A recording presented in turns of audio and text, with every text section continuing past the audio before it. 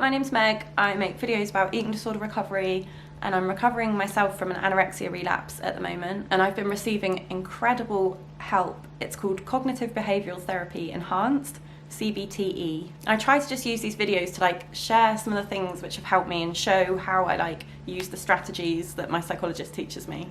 And I've been in recovery for just over 18 months now, so I'm weight restored. I don't know if I'm quite at my body's set weight, but I'm healthy. My BMI is in the 20s, but I definitely still have some food rules and food fears in my head. So I'd say physically kind of healthy, but mentally not quite there yet. And if you've been watching these videos for a while, hopefully you've seen some of the progress I've made through using the tools that my psychologist teaches me.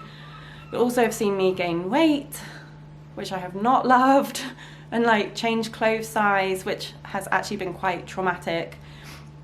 And sorry, by the way, I have a cold, which is why I sound disgusting. I found there's been certain clothes that I've grown out of that have been really traumatic, more than any other item, and I found it really hard to let go of them and accept they don't fit anymore, throw them out. And it's I tie so much of myself to that size of clothes or number or whatever, and I kind of get in my head well, I can only be happy if I fit into this teeny weeny little thing.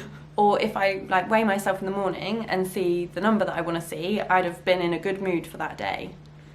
It literally controlled me, which is mental. There's a whole world out there, and I'm not caring about any of it. All I care about is a number on a scale, and do I fit into this? And my psychologist taught me that healthy people who don't have eating disorders don't have that experience because they place their value across a lot of different things. So family, friends, hobby, job, I don't know, interests, music, going on holiday, whatever. Basically they have balance in their lives, and that's where they get their happiness from. And whereas with an eating disorder, certainly for me, it's really sad, but my whole world basically got reduced down to food, weight, and body image.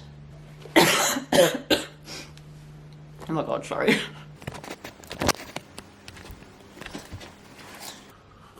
The boys just got home. They popped out to get some bits for lunch. I'm also at home in Cornwall at the moment. So we live in Dubai, but I'm home for some birthdays and weddings. So I'm trying to keep challenging myself so I don't get scared of the things that I was getting better at having in Dubai. So things like orange juice, calories and fluid, mayonnaise, cheese, eating out, creamy pasta sauces, yeah.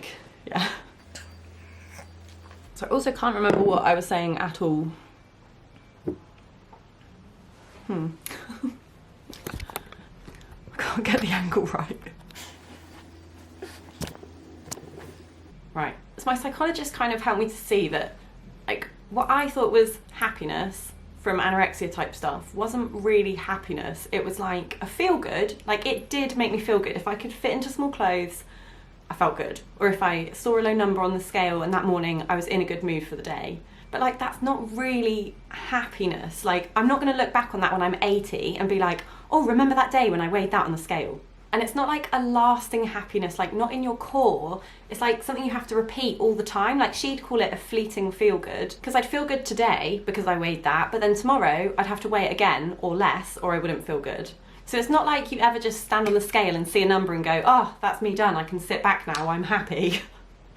No, you have to repeat it and repeat it and repeat it. So it's not really core happiness inside, it's a feel good dependent on an external factor. And that's when then your whole world gets reduced down to just food and weight, because your whole mood is determined by what you weigh. So yeah, she kind of dispelled that myth for me of skinniness equals happiness by showing me it's not really long-term proper happiness. It's a fleeting short-term feel good.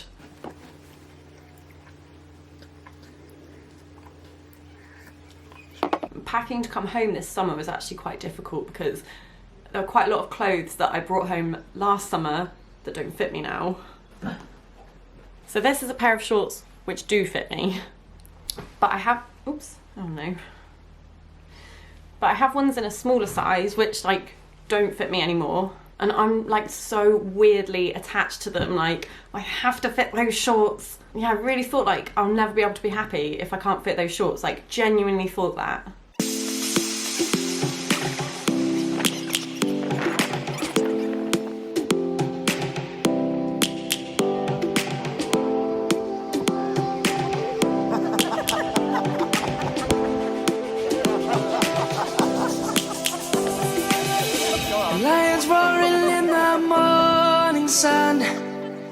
searching for a longer day. People feeling like the light has just come. We must never stop the way. We had a kind of indulgent night last night, and I definitely have a couple of thoughts now, like I need to miss breakfast to make up for it. So, break the cycle, I've made toast for me and Bren. I've got Marmite and jam with butter, and Bren has pate. So I'm just going to take him his and then I'll come back.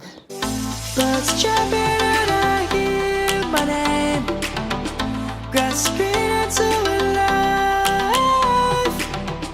life. How good is Warburton's, Bren? Do you miss it? We should take some back in our suitcase. Savannah, I'm coming home, Savannah.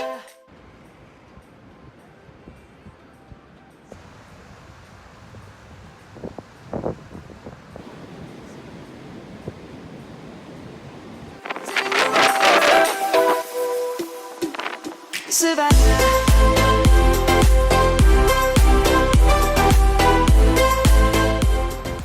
I've come to do a job for my dad with poo bags.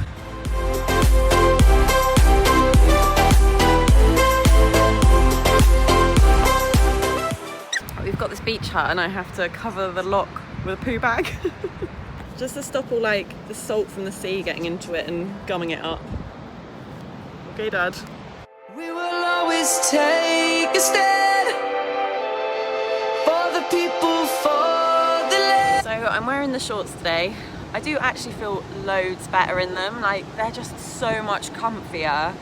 And my psychologist always said to me, like, just always make sure I'm wearing comfy clothes, like at every stage of recovery. And also with weight gain, she'd get me to like almost anticipate and make sure I had comfy clothes to grow into, which is really hard and horrible to do, like buying bigger sizes.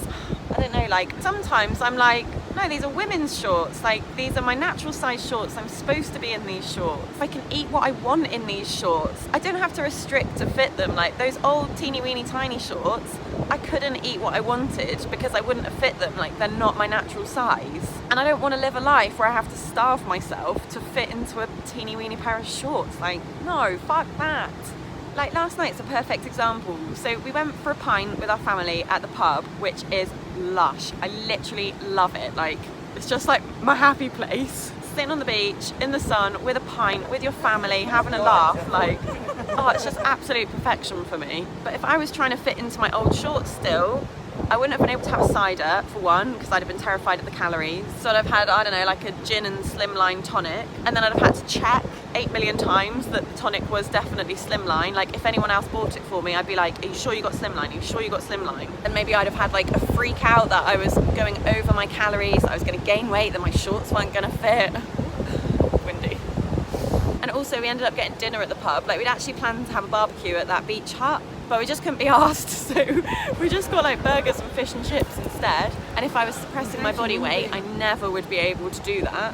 Or if I did it, I'd have to compensate like fucking mental around it to like allow for the calories. Or I'd have been like scouring the menu for a salad or just something boring like that. Like, it just wasn't fun. It's just not the life that I want to live. Like, fitting into those tiny weeny shorts, yes, I got a feel good from it, but my life's shit.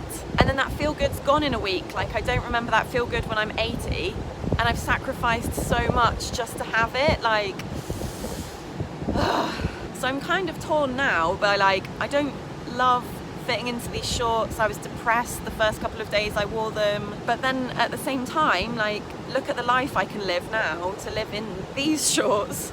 Like, I don't have to isolate myself. I can join in with people. I can eat spontaneous dinners at the pub. I can drink pints. I don't have to stop at 1 pint. I can have like 2 pints, 3 pints, carry on with the family if they want to have more, which I did, and I actually feel slightly hungover today. Combined with still having a cold. Yeah, I've got more of a personality now. I can have fun. I'm not cold. Look at this little dog.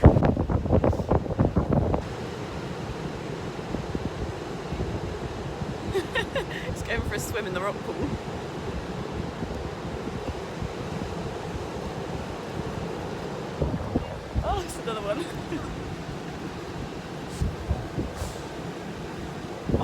cute.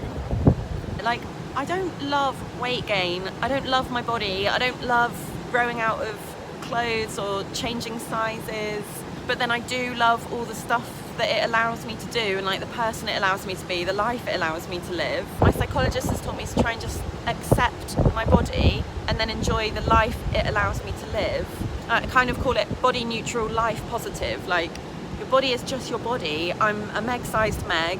Food is just food. Body is just body. Clothes are just clothes. And like, you only get one life. So do I really want to waste that one life I've got just to fit into something teeny weeny? Like, no.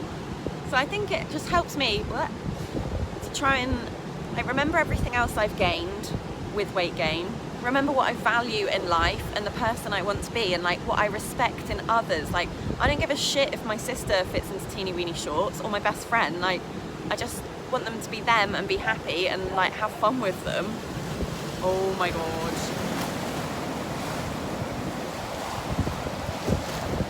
Okay, I'm about to get washed away. Shit, I was not watching the tide come in.